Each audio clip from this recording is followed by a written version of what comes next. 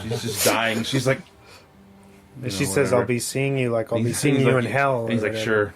He's like, "No, you won't." Yeah, sure. And then to go back to the whole thing with Common, when he does end up not killing him, but they fight in the streets. You also didn't say the Santino had framed John. Right. So yeah, that was that comes on later, doesn't it? Because doesn't he end up calling him? They revealed that later. Yeah. Yeah. Okay. Well, I was just talking about how, like you said, he stabs them. He's like, "This is the knife's in your aortic." Your aorta. Aorta. That's. And he's like, if you pull it out, you're gonna die. Right. And just like, and he's like, it's a common courtesy, or something like that. Yeah. And he basically leaves them. I hope he makes a return in the fourth one. That would be really cool to see him come back as kind of for revenge and as another character. But that was a really cool thing because he's like, it's. I don't know. That was really cool. We forgot when they fight and they jump that glass into the concierge. And, they go into the Continental? The Continental, I mean, Continental.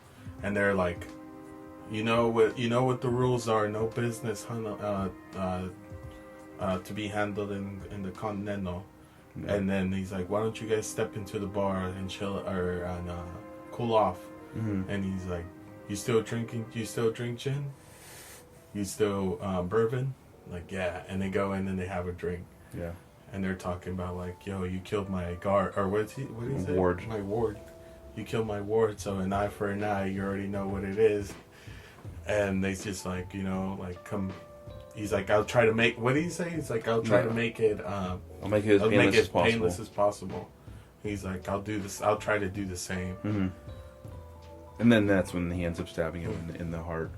But when Santino pulls out that, he calls the hotline and he's like, yo, was it $7 million for John Wick? Yeah. And but I'm saying that Santino set him up basically. Yeah. It was a double. It was like he's like cutting loose ends. That's what she said. He gave him the marker to be like, "Yo, I want you to kill this lady," but it happens to be his sister that was on the high table, and he wanted to take that spot on the high table. Mm. So he was like, "Okay, I'll have John do my dirty work because I can't do it. Then I'll take the place in the high table, and then I'll put out this bounty, and then somebody's going to take out John Wick before they can find out what I did." He knew it was going to be something that John was. It's against the rules to kill someone in the high table, right? Or pretty much. Yeah. And then they're supposed to be untouchable. Yeah, and he knows he has to obey the marker, but what he's doing is against the rules. It's conflicting. So it's conflicting. He knows that he has to do it to do the marker, but then he knows that there's also going to be consequences of him being murdered or killed anyways. So, like you said, it was basically a setup from the beginning. He knew Santino knew what he was doing. He knew it was going to backfire on John. And then I like when he calls him, he's like, I had to avenge my sister, and then John just hangs up on him. He's like, fuck off. It's like, dude, I just got my ass beat all night. And then what else? He gets back to New York. That's right. And that's when everybody starts kind of attacking him and stuff. Right. Because they get all the messages, and you see all the killers like get the text message. Mm-hmm. I love the old computers in this, by the way. I love how like the old system is like. Yeah, the organization. Yeah. I've always wondered.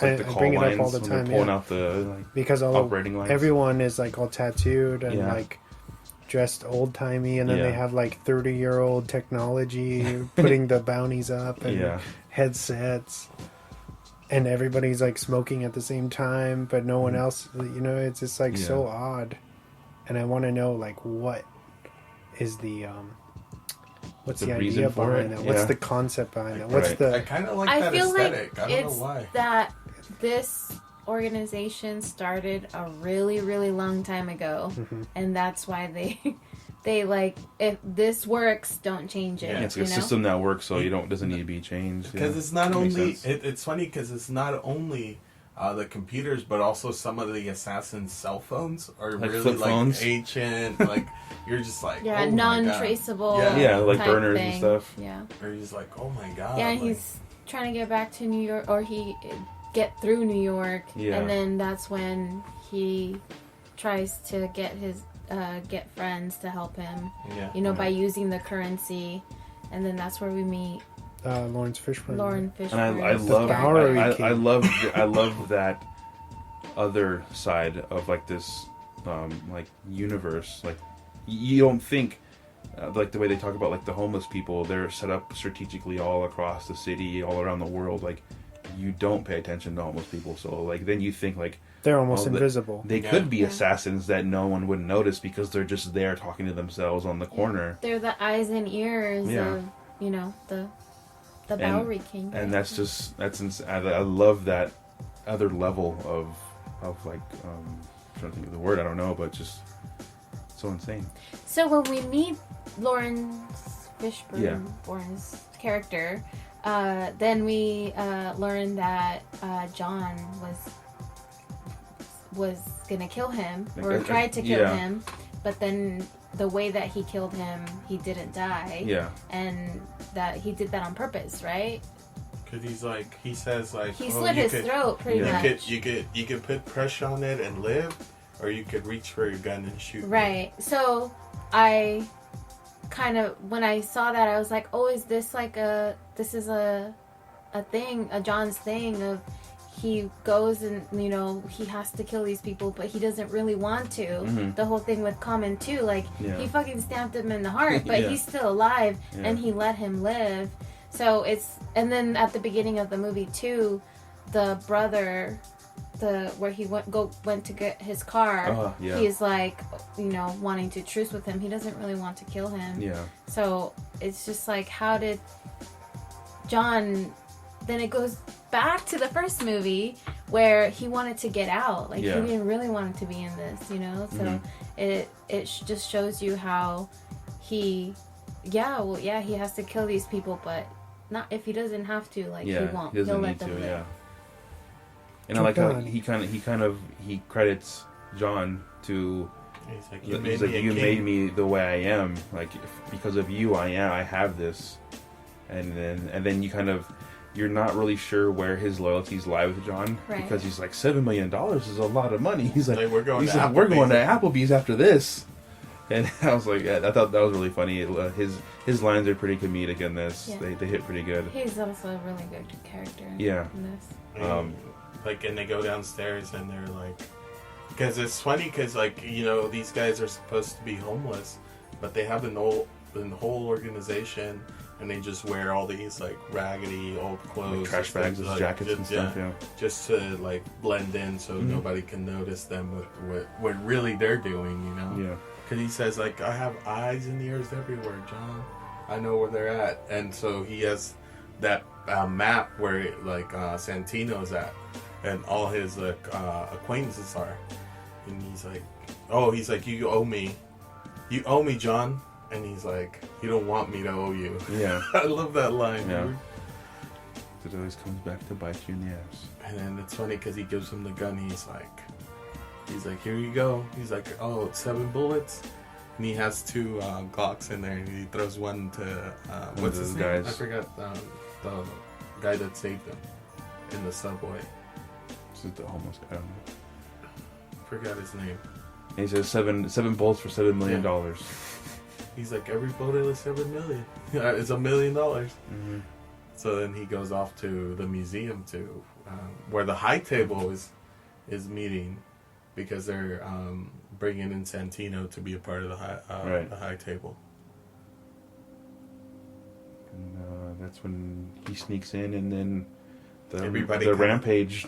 Everybody kind of was like, sees John. Well, Santino sees John. Yeah, and then everyone kind of parts. Like parts to see, and then everybody's like, "Oh shit, John Wick's here!" And he starts. Everybody's just shooting and stuff. Yeah, and it's just a massive showdown again. Yeah, I feel like every single movie, the carnage gets amped up another step. Like where you think, like, oh, it can't get any more than this. Like, how can they outdo themselves? And this one's like, oh, okay, yeah, they did. Definitely. And then it's like the third one, we'll get to that one, but it's the same exact thing. It's just like it gets more and more. The kill count in chapter 2 is higher than even 3. Is it? Okay. It's still the highest.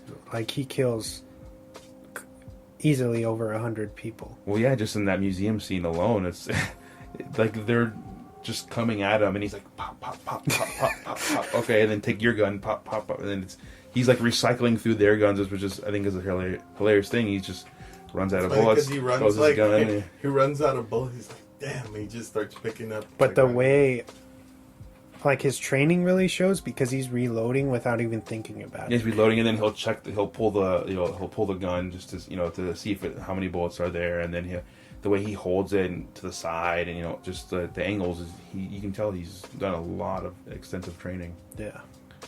And that's when he basically gets Santino alone by himself, and that's when Ruby Rose's character shows up for backup, basically, and then John basically murders all of them, and it's the same thing. We talked about a little bit of the battle between him and Ruby Rose, or Ares, in the movie. She's in that show. She's a She's Batgirl, or Batwoman. Batwoman. Yeah. And have you seen that show? I haven't seen the show yet. But and she got a fame from Orange is the New Black. Well, yeah, I know that, but I was just wondering how she is in, like... She's pretty good. It's not a bad show. It's pretty good. I don't watch any of the CW shows anymore. I hate them. She has a Ninja Turtle tattoo, I think, somewhere, Does she? right? I'm pretty sure. Yeah, I know she was in The Meg. Right? I don't... Yeah, I think so. That's not a movie I remember, clearly. She was in Triple X. Oh, yeah, the new one. Yeah, I read that, Return of where Xander Cage. she had all these sequels out at the same time. This one, Triple X, and then there was one more. I can't remember.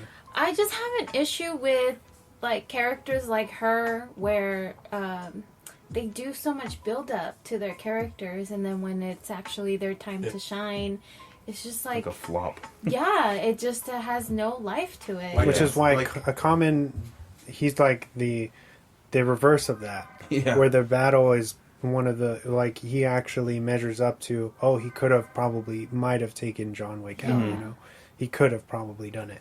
Yeah. And with Perkins and different fights there, it's like they're there just to be handled. You know what I mean? And they don't really give them, like, their due. Like, and that makes sense cinematically. You don't obviously want to beat us as viewers, like, with too much fighting, because then it becomes like, like, this is just like gun porn or whatever. Yeah. Like, they're just trying to throw too much at you. So it is kind of like trying to ride that fine line with all these fight scenes. So I understand it. You can even bring up the fact, like, I was joking, but you can be like, well, did they give her such a weak character or a weak fight at the end because she is a female? And the same thing could be said about Perkins. And then you could say, well, why didn't they just cut some of the fighting scenes with Common down a little bit and extend that out, like, with her, and give those extra minutes, an extra 2 minutes or whatever, to that fight. All right, I'll spoil this Swan fact. I was trying to save it, but Okay. Chad, the director, actually... So, this script for Chapter 2, Ares' character actually had dialogue all the way through. She wasn't a mute to begin with. But then Chad, because he said, I've never seen, like a person use sign language in an action film before. So he was like, let's do that. I want to strip away all of your dialogue and have you become a mute and force you to use, like, your physical attributes and stuff to tell, like, your narrative without language. So that was the idea behind why she did sign language in the whole film. Perhaps there's just so much going on in the movie that whatever parts she actually had, whatever scenes had to be cut down, because she's just kind of looming over John. In the background. Just You just see her around, there. And I wonder if, there might be more scenes with her, but they just had to be cut because they wanted to jam so much more into the movie. Yeah.